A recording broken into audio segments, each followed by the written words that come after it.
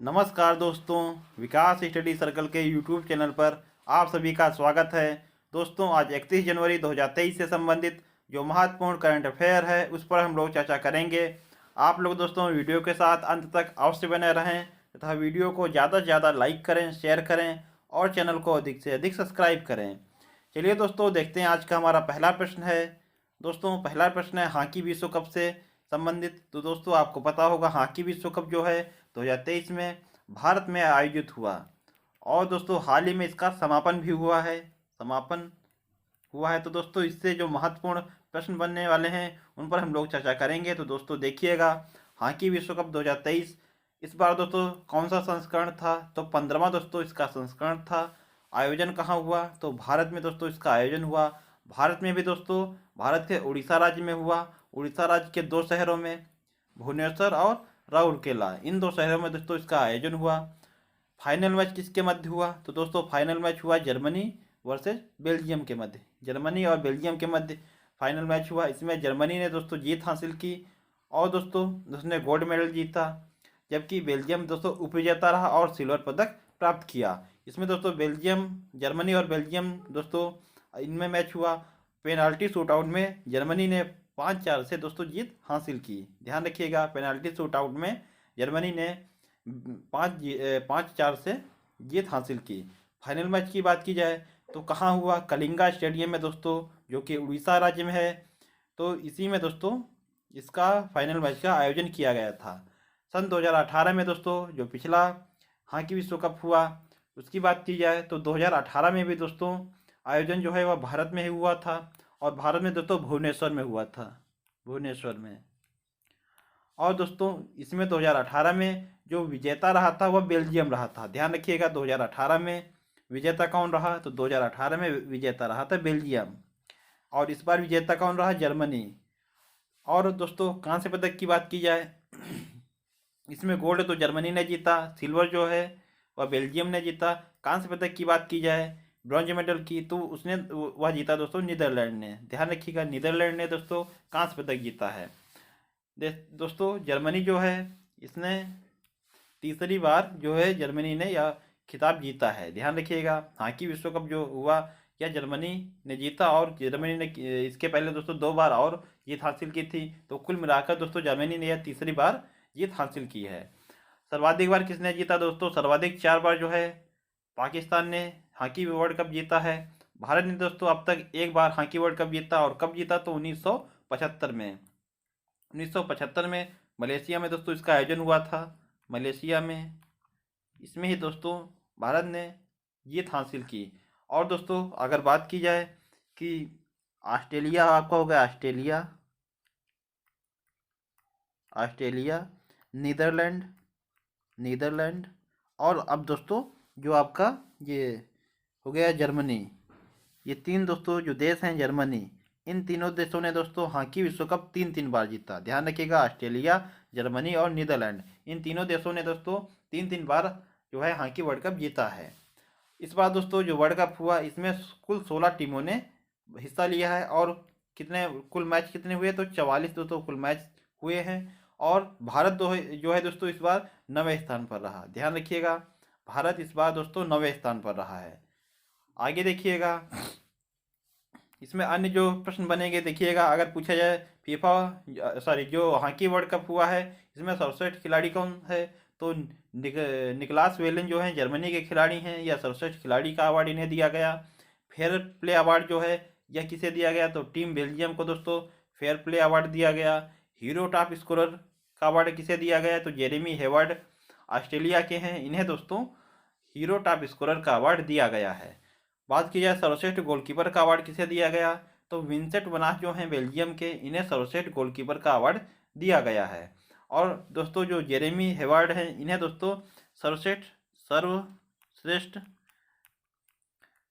Defender का award भी दिया गया। सर्वश्रेष्ठ डिफेंडर का अवार्ड भी दोस्तों जेरेमी हेवार्ड को दिया गया है। तो ध्यान रखिएगा, चारों जो पॉइंट है काफ़ी इंपॉर्टेंट हैं। सर्वश्रेष्ठ खिलाड़ी का अवार्ड किसे दिया गया? निकलास वेलन जर्मनी के। फेयर प्ले अवार्ड किसे दिया गया? टीम बेल्जियम को। हीरो टॉप स्कोरर का अवार्ड किसे दिया गया? जेरेमी हेवर्ड को। और सर्वश्रेष्ठ जो गोलकीपर है यह अवार्ड किसे दिया गया? विंसेंट वनास को। बात की जाए हॉकी इंडिया के अध्यक्ष कौन है, तो दोस्तों दिलीप तिर्की जी हॉकी इंडिया के अध्यक्ष हैं। और अंतर्राष्ट्रीय हॉकी महासंघ के अध्यक्ष कौन है, तो मोहम्मद तैयब इकराम जी जो हैं यह अंतर्राष्ट्रीय हॉकी महासंघ के अध्यक्ष हैं।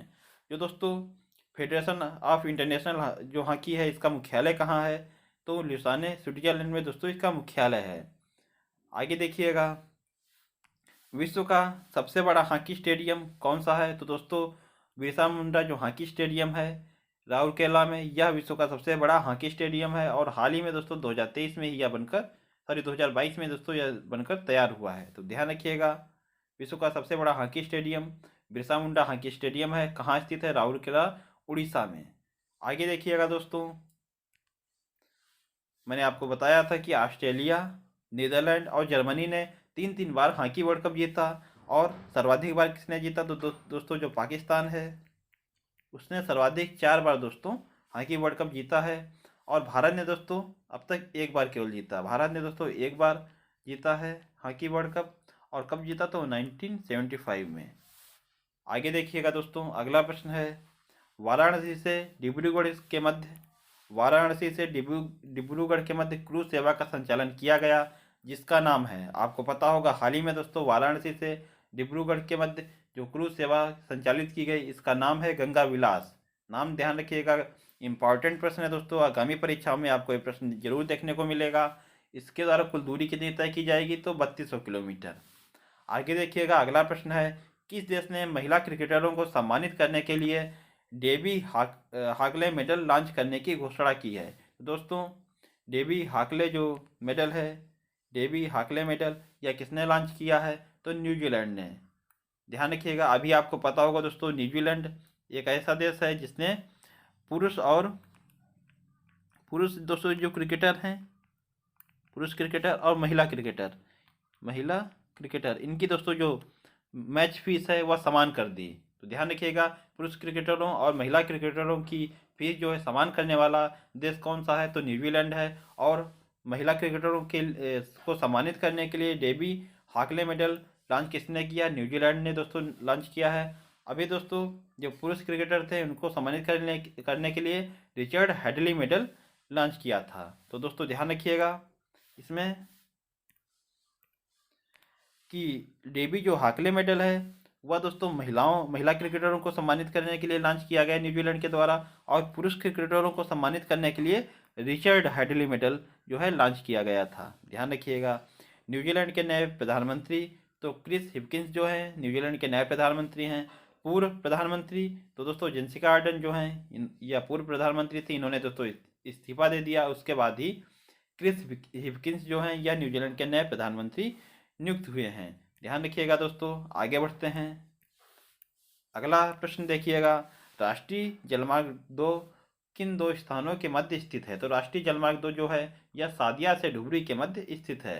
सादिया से धुबरी दोस्तों असम राज्य में, और किस नदी पर, तो ब्रह्मपुत्र नदी पर। ध्यान रखिएगा दोस्तों, राष्ट्रीय जलमार्ग 2 किन स्थानों के मध्य है, तो सादिया से धुबरी, और किस नदी पर, तो ब्रह्मपुत्र नदी पर। दोस्तों जो राष्ट्रीय जलमार्ग 1 है, राष्ट्रीय जलमार्ग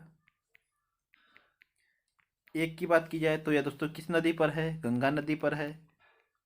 और दोस्तों यह भी दोस्तों गंगा नदी पर है। और कहाँ से कहाँ तक जाता है, तो दोस्तों यह आपके प्रयागराज है, प्रयागराज से असम तक दोस्तों यह राष्ट्रीय जलमार्ग 1 जाता है। और किस नदी पर है, तो गंगा नदी पर। ध्यान रखिएगा, और राष्ट्रीय जलमार्ग 2 जो है यह किस नदी पर है, ब्रह्मपुत्र नदी पर। और कहाँ से कहाँ तक है, तो सादिया से धुबरी तक असम में। आगे देखिएगा दोस्तों, अगला प्रश्न है,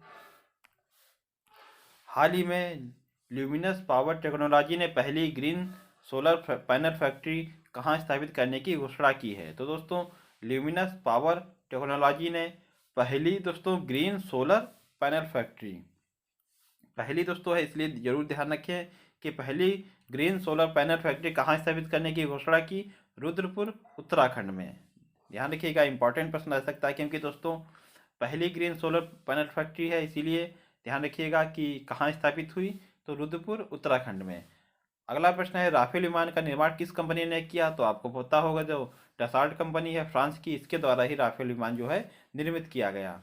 शिक्षा का अधिकार अधिनियम दोस्तों कौन सा है? तो दोस्तों आपको पता होगा, राइट टू एजुकेशन जो है एक्ट 2009 का है। राइट टू एजुकेशन एक्ट 2009 का है। और लागू कब से हुआ? तो 1 अप्रैल 2010 से दोस्तों शिक्षा का अधिकार अधिनियम लागू हुआ है।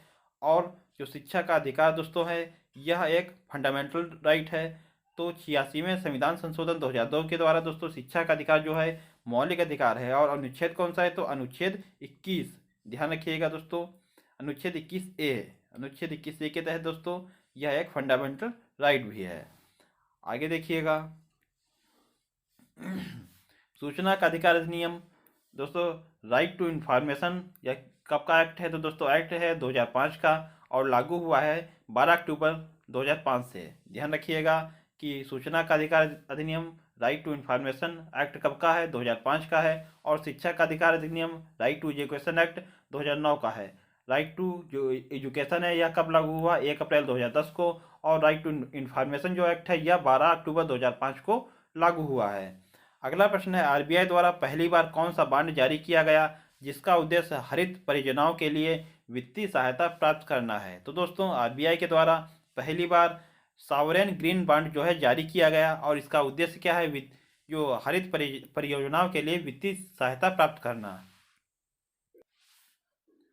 तो दोस्तों ध्यान रखिएगा, सॉवरेन ग्रीन बॉन्ड जो है आरबीआई के द्वारा जारी किया गया। आरबीआई की स्थापना की बात की जाए, आरबीआई की स्थापना कब की गई थी? तो दोस्तों 1 अप्रैल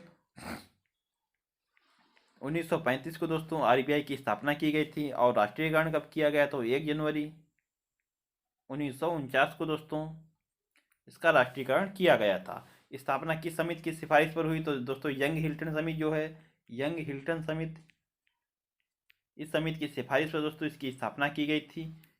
और प्रारंभ में दोस्तों मैंने पहली भी क्लास में बताया, प्रारंभ में इसका जो मुख्यालय था वह दोस्तों कोलकाता में था। लेकिन 1937 के बाद दोस्तों इसका मुख्यालय जो है वह मुंबई में आ गया। इसका मुख्यालय मुंबई आ गया, और तब से दोस्तों अब तक इसका मुख्यालय जो है वह मुंबई में है। वर्तमान में आरबीआई के दोस्तों 25वें गवर्नर कौन है? 25वें दोस्तों गवर्नर कौन है? तो शक्तिकांत दास जी जो हैं दोस्तों, शक्तिकांत दास, यह दोस्तों वर्तमान में आरबीआई के 25वें गवर्नर हैं। तो ध्यान रखिएगा। आगे देखिएगा दोस्तों, जो सॉवरेन ग्रीन बॉन्ड है, यह दोस्तों जारी किया गया उद्देश्य क्या है? तो हरित परियोजनाओं के लिए फंडिंग प्राप्त करना। हरित परियोजना का अर्थ क्या है दोस्तों? हरित परियोजना में स्वच्छ ऊर्जा, प्रदूषण को रोकना, अवशिष्ट प्रबंधन, या दोस्तों हरित परियोजना के अंतर्गत आएगा। और इसके लिए ही फंडिंग प्राप्त करना सॉवरेन ग्रीन बॉन्ड का उद्देश्य है। दोस्तों इसमें जो 31 मार्च है, 31 मार्च तक 16,000 करोड़ रुपए जो इन्वेस्ट किए जाएंगे। और यह दोस्तों 2 चरणों में इन्वेस्ट किए जाएंगे। पहले चरण में दोस्तों 8,000 करोड़ रुपए इन्वेस्ट किए जाएंगे, और दूसरे चरण में भी 8,000 करोड़ रुपए इन्वेस्ट किए जाएंगे, दूसरे चरण में भी।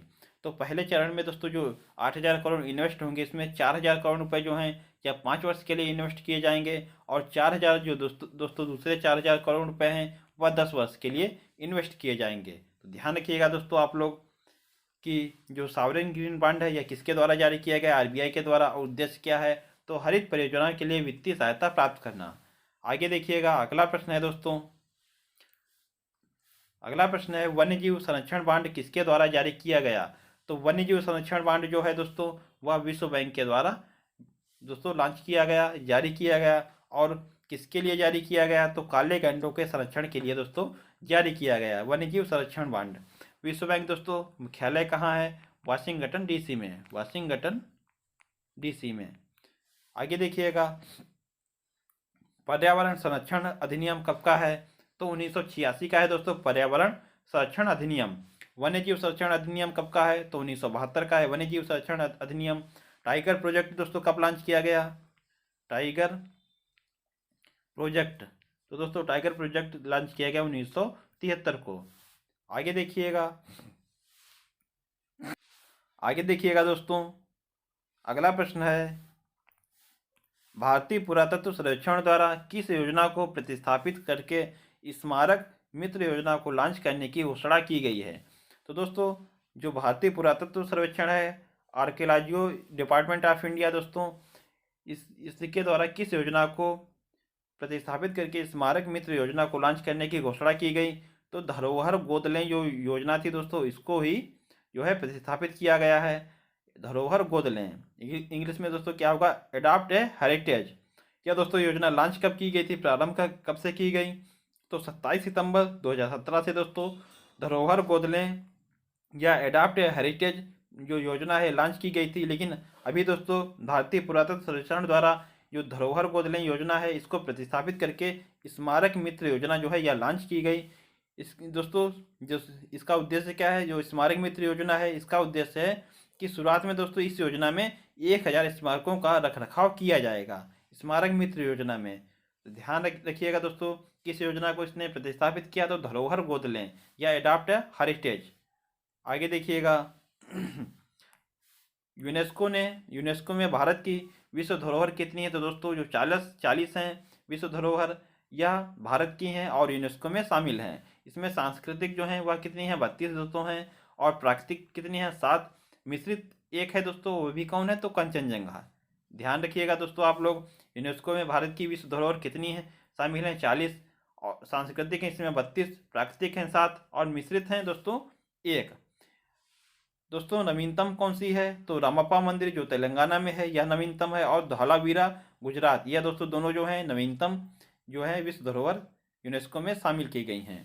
फिर भारत में दोस्तों अमूर्त धरोहर कितनी है? तो वर्तमान में भारत में कुल 14 अमूर्त धरोहर हैं। नवीनतम कौन सी है? तो दुर्गा पूजा जो है यह दोस्तों नवीनतम भारत की अमूर्त धरोहर है। आगे देखिएगा दोस्तों,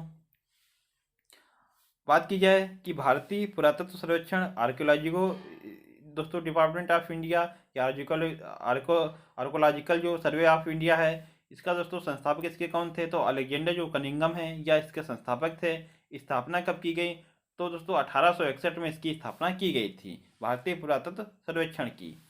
आगे देखिएगा दोस्तों, अगला प्रश्न है शिक्षा मंत्रालय द्वारा उच्च शिक्षा पर जारी अखिल भारतीय सर्वेक्षण 2020-21 के तहत सर्वाधिक नामांकन किस राज्य में दर्ज किया गया? तो दोस्तों उच्च शिक्षा पर जारी जो अखिल भारतीय सर्वेक्षण 2021 है इसमें सर्वाधिक नामांकन जो है वह जो है दर्ज किया है उत्तर प्रदेश में। और दोस्तों जो शिक्षा मंत्रालय द्वारा एक जारी किया गया है कि सर्वाधिक विश्वविद्यालय जो हैं विश्वविद्यालय किस राज्य में हैं? तो वह है दोस्तों राजस्थान में। आगे देखिएगा, पिंडवानी रौद नाचा नृत्य किस राज्य का प्रमुख नृत्य है? तो दोस्तों पिंडवानी और रौद नाचा जो नृत्य हैं यह छत्तीसगढ़ के नृत्य हैं। ध्यान रखिएगा, पिंडवानी और राउत नाचा नृत्य किस राज्य का प्रमुख नृत्य है? तो छत्तीसगढ़ का। अगला प्रश्न है वोक्सेन यूनिवर्सिटी ने लड़कियों के लिए प्रोजेक्ट एस्पिरेशन को कहाँ लॉन्च किया? तो दोस्तों वोक्सेन जो यूनिवर्सिटी है इसने लड़कियों के लिए जो प्रोजेक्ट एक्सप्रेशन को तेलंगाना में लॉन्च किया है, तेलंगाना में। और इसमें दोस्तों क्लास 9 से 12 तक की जो लड़कियां हैं उनको उनके भविष्य के लिए हर क्षेत्र में इन्हें पारंगत करना इसका उद्देश्य है। जो प्रोजेक्ट एस्पिरेशन है इसका उद्देश्य क्या है? तो कक्षा 9 से 12 तक की जो लड़कियां हैं इनको दोस्तों सभी क्षेत्रों में इनका दोस्तों इंटरेस्ट बढ़ाना या हर क्षेत्र में इनको पारंगत करना इसका उद्देश्य है। आगे देखिएगा एलपीजी के मुख्य घटक कौन कौन से हैं? तो प्रोपेन और ब्यूटेन या दोस्तों एलपीजी के मुख्य घटक हैं। और सीएनजी के मुख्य घटक क्या है? तो मीथेन जो है CH4 या सीएनजी का मुख्य घटक है। आगे देखिएगा, अगला प्रश्न है आयोडीन 131 का उपयोग किसके उपचार में किया जाता है? तो थायराइड कैंसर के उपचार में दोस्तों आयोडीन 131 का उपयोग किया जाता है। अगला है कोबाल्ट 60 का उपयोग दोस्तों किसमें किया जाता है? तो कोबाल्ट 60 का उपयोग जो है रक्त कैंसर के इलाज के लिए किया जाता है, कोबाल्ट 60 का उपयोग। और दोस्तों अगला प्रश्न है, देखिएगा इम्पॉर्टेंट प्रश्न है दोस्तों, ध्यान रखिएगा, आगामी परीक्षाओं में यह प्रश्न जरूर ही किसी ना किसी परीक्षा में पूछा जरूर जाएगा। हाल ही में न्यायाधीशों के एक पैनल के द्वारा गणतंत्र दिवस परेड 2023 की सर्वश्रेष्ठ झांकी किसे घोषित किया गया? तो दोस्तों आपको पता होगा जो गणतंत्र दिवस होता है उसमें दोस्तों प्रत्येक राज्य की झांकी निकाली जाती है और दोस्तों कुछ जो हमारे मंत्रालय हैं उनकी दोस्तों झांकी निकाली जाती है। तो उसमें ही दोस्तों जो न्यायाधीशों के पैनल के द्वारा जो गणतंत्र दिवस परेड हुई उसमें सर्वश्रेष्ठ झांकी किसे घोषित किया गया? तो उत्तराखंड की जो झांकी थी उसे दोस्तों न्यायाधीशों के पैनल के द्वारा सर्वश्रेष्ठ झांकी घोषित की गई। और दोस्तों दूसरा एक होता है माई जीओवी पोर्टल। माई जीओवी पैनल जो है इसके द्वारा किस राज्य की झांकी को सर्वश्रेष्ठ झांकी घोषित किया गया? तो दोस्तों माई जीओवी जो पैनल है इसके द्वारा गुजरात राज्य जो है इसकी झांकी को सर्वश्रेष्ठ झांकी घोषित किया गया। गुजरात राज्य की जो झांकी थी इसमें किसका प्रदर्शन किया गया? जो मोढेरा गांव है इसका प्रदर्शन किया गया। और आपको पता होगा जो मोढेरा गांव है यह भारत का पहला सौर ऊर्जा से संचालित गांव है। ध्यान देखिएगा दोस्तों, इसमें गुजरात की झांकी में किसका प्रदर्शन किया गया? तो मोढेरा गांव का प्रदर्शन किया गया। मोढेरा गांव जो है वह भारत का पहला सौर ऊर्जा संचालित गांव है। और न्यायाधीशों के पैनल के द्वारा दोस्तों सर्वश्रेष्ठ झांकी किसे घोषित किया गया? उत्तराखंड राज्य की जो झांकी थी इसे सर्वश्रेष्ठ झांकी घोषित किया गया। और माई जीओवी पैनल के द्वारा सर्वश्रेष्ठ झांकी किस राज्य की घोषित की गई? तो गुजरात की। दोस्तों गणतंत्र दिवस जो दोस्तों इस बार 2023 में 26 जनवरी को कौन से क्रम का हुआ? तो दोस्तों गणतंत्र दिवस हुआ 74वें क्रम का। इस बार दोस्तों मुख्य अतिथि कौन थे? गणतंत्र दिवस परेड पर दोस्तों मुख्य अतिथि कौन थे? तो मुख्य अतिथि थे दोस्तों मिस्र के राष्ट्रपति। दोस्तों इस बार मुख्य अतिथि थे राष्ट्रपति। और मिस्र के राष्ट्रपति हैं कौन? तो दोस्तों अब्दुल फतेह अल सीसी। यह दोस्तों इस बार गणतंत्र दिवस परेड पर मुख्य अतिथि थे। आगे देखिएगा दोस्तों, अगला प्रश्न है 31 जनवरी 2023 को राष्ट्रीय महिला आयोग द्वारा कौन सा स्थापना दिवस मनाया गया? तो दोस्तों राष्ट्रीय महिला आयोग के द्वारा दोस्तों जो 31 जनवरी 2023 को 31वां स्थापना दिवस मनाया गया है। इंपॉर्टेंट प्रश्न है दोस्तों, राष्ट्रीय महिला आयोग द्वारा कौन सा स्थापना दिवस मनाया गया? 31वां। राष्ट्रीय महिला आयोग दोस्तों स्थापना कब हुई? तो दोस्तों 1990 के अधिनियम से स्थापना हुई है 31 जनवरी 1992 को। एक्ट कब का है? अधिनियम कब का है? 1990 का। स्थापना हुई है 31 जनवरी 1992 को। यह एक दोस्तों जो राष्ट्रीय महिला आयोग है यह एक वैधानिक आयोग है। यह जो राष्ट्रीय महिला आयोग है यह एक वैधानिक आयोग है, क्योंकि दोस्तों इसकी स्थापना जो है वह किसके द्वारा हुई? 1990 के अधिनियम के द्वारा हुई है। इसीलिए दोस्तों यह एक वैधानिक आयोग है। इसकी दोस्तों पहली महिला अध्यक्ष कौन थी? तो जयंती पटनायक जो हैं यह राष्ट्रीय महिला आयोग की पहली महिला अध्यक्ष थी जयंती पटनायक। हाल ही में दोस्तों इनका निधन हो गया है। और वर्तमान अध्यक्ष कौन है? तो रेखा शर्मा जो हैं वह राष्ट्रीय महिला आयोग की वर्तमान अध्यक्ष हैं। तो ध्यान रखिएगा दोस्तों, काफ़ी इंपॉर्टेंट प्रश्न है। राष्ट्रीय महिला आयोग की स्थापना कब की गई? तो दोस्तों स्थापना हुई 1990 के अधिनियम से 31 जनवरी 1992 को दोस्तों इसकी स्थापना की गई थी। वर्तमान में अध्यक्ष कौन है? तो रेखा शर्मा जो है यह वर्तमान में भारतीय राष्ट्रीय महिला आयोग की अध्यक्ष हैं। आगे देखिएगा दोस्तों, अगला प्रश्न है 26 जनवरी 2020 को किन दो केंद्र शासित प्रदेशों का विलय हो गया था? तो दादर नगर हवेली और दमन दीव जो हैं यह इनका दोस्तों विलय 26 जनवरी 2020 को किया गया था। आगे देखिएगा, आज का हमारा अंतिम प्रश्न है 30 जनवरी 2023 को राष्ट्रपिता महात्मा गांधी की कौन सी पुण्यतिथि मनाई गई? तो 30 जनवरी 2023 को दोस्तों राष्ट्रपिता जो महात्मा गांधी जी जो हैं इनकी दोस्तों 75वीं पुण्यतिथि मनाई गई है।